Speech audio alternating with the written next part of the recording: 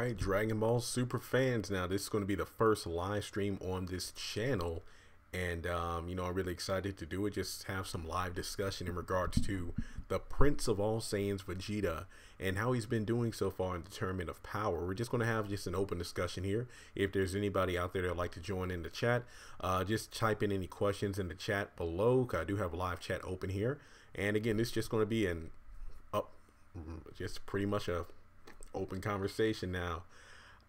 We have a couple pictures on the screen. Like for one, you'll see Vegeta with his epic kick to Jiren's gut. Right below that, we have, it looks like a 20 times Kaioken Goku flying in alongside the new, I guess you could say, the newly powered Super Vegeta.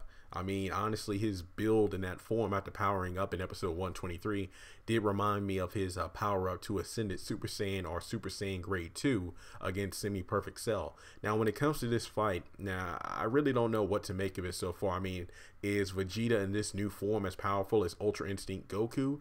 Is he on par with 20 times Kaioken Goku? And that's why he and Goku are pretty much standing toe-to-toe with Jiren in the about 2-minute battle we saw at the end of the episode.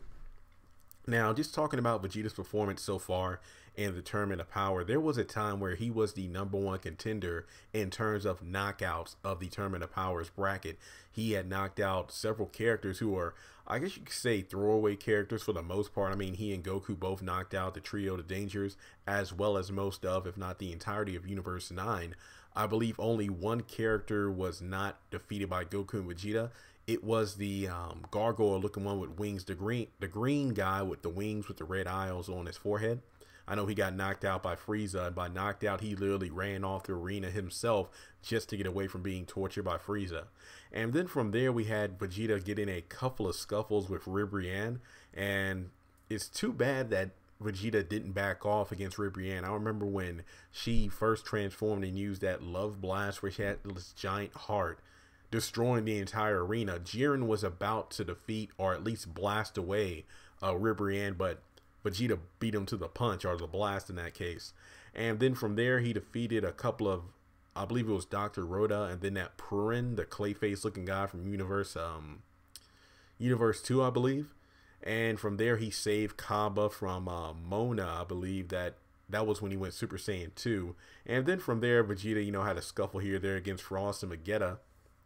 Knocked him out of bounds. He didn't contribute energy to Universe 7 Spirit Bomb. That was pretty funny. But at the same time, he was able to stop Ribrianne from blasting Goku from behind when he was charging up the attack against Jiren. And more recently, just jump into where we are now. He did help with Anti-Raza as well as the Universe 3 robot. So that was pretty cool to see him and Goku and Gohan team up for once, because Gohan has been preaching about teamwork since the beginning of the tournament, yet Vegeta, Goku, the androids, and Frieza pretty much were off doing their own thing for most of the entire tournament.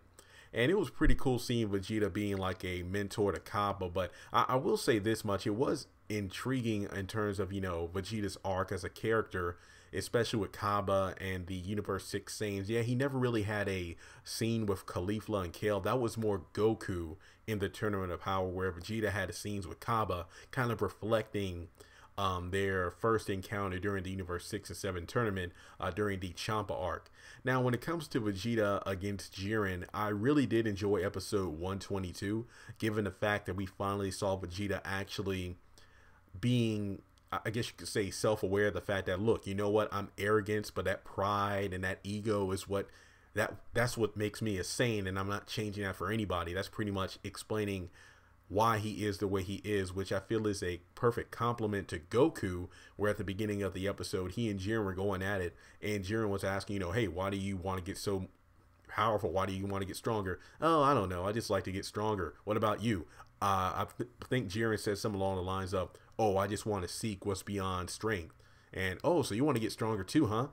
So it pretty much, not downing Goku, it's just that that episode just showed the complexity of Vegeta's character, in that, you know what, I'm arrogant, I'm proud, I have an ego, I'm the Prince of All Saiyans, but that makes me who I am.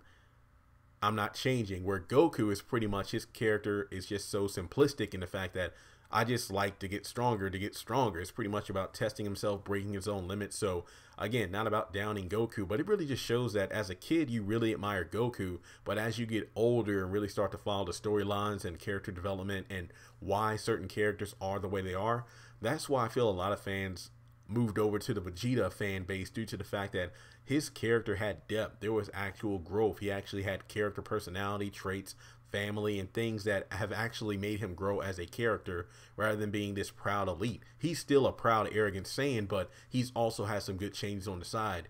Goku, if anything, he's always been selfish, but I feel like Super has really dialed that up to 15 in terms of how self-involved he is in terms of just fighting strong guys. And yes, I do know that the Tournament of Power is his fault in the sense that he reminded the Zenos of it, but at the same time, without the tournament, there wouldn't be any survival for these 8 universes. They were going to be wiped out, but at least one of them gets to survive based off the tournament being a thing where the winner survives and the other 7 will be erased.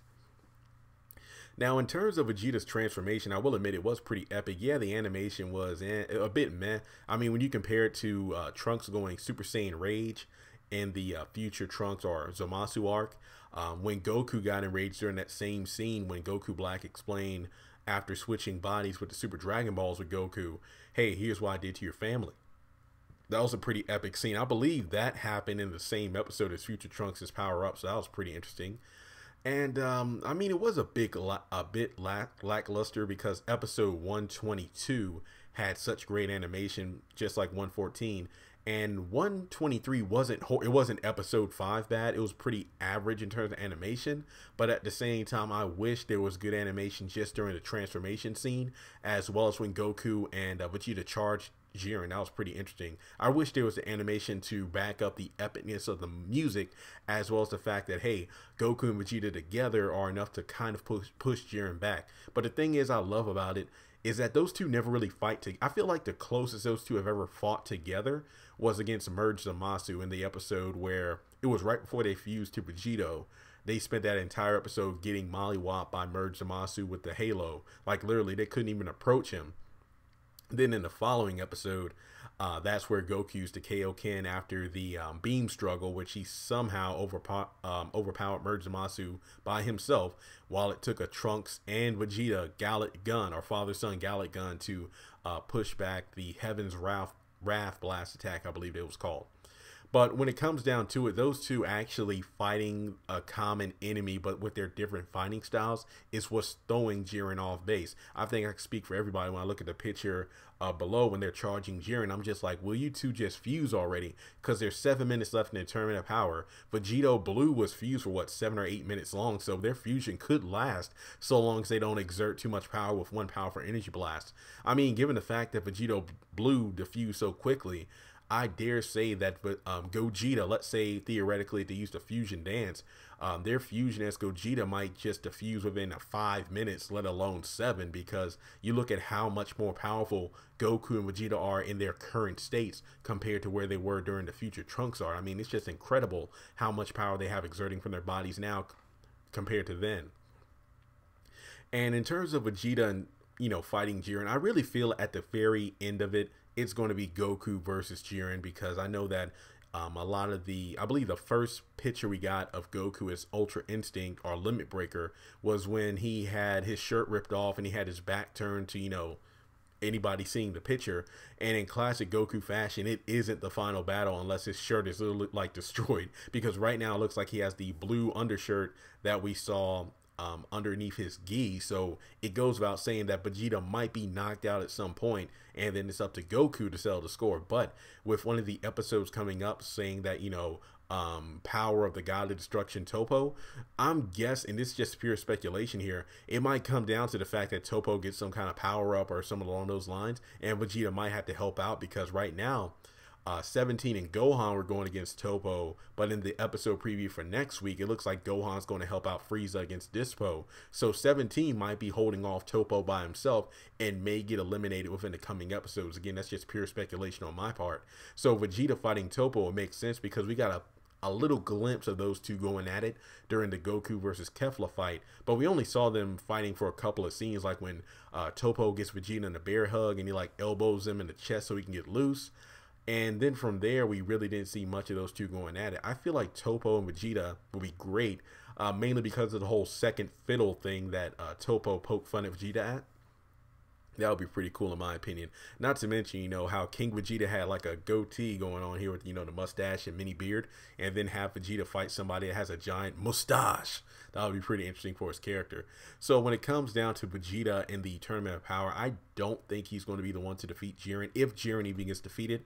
I feel like, even though I'm a Vegeta fan, like I love Vegeta, he's my favorite character, I feel like it makes more sense for Goku to defeat Jiren in this situation. That's just my opinion on that. I feel like a pride trooper, I feel like Topo has more pride in terms of justice than even Jiren does, so why not have the most arrogant, prideful Saiyan go against Topo? I feel that's the best connection there. Now, what's going to happen next with Vegeta? I really don't know. I feel like Vegeta has so much more to offer in the series in regards to Planet Sadala, especially if he is able to win the Super Dragon Balls. I feel like that's the Goku button, if you will, for Jiren, because if anybody mentions the Super Dragon Balls, he instantly draws his attention to them in order to fight. Because I remember in the last episode 123, right before Vegeta transformed, you know, he pretty much pulled himself up from the pit he was in when he got blasted and pretty much approached Jiren like, you know what, I'm going to defeat you and get the Super Dragon Balls. And that's when Jiren kind of looked Vegeta's way and kind of faced in his direction as opposed to Goku, showing that if you talk about the Super Dragon Balls, Jiren is going to fight you and take you down. So we all need to think about what Jiren's wish is going to be. Maybe, just maybe in the manga, because I do believe, what's today, the 15th? We might get a manga chapter later this week. We might get more Jiren info. Who knows? That'll be pretty interesting.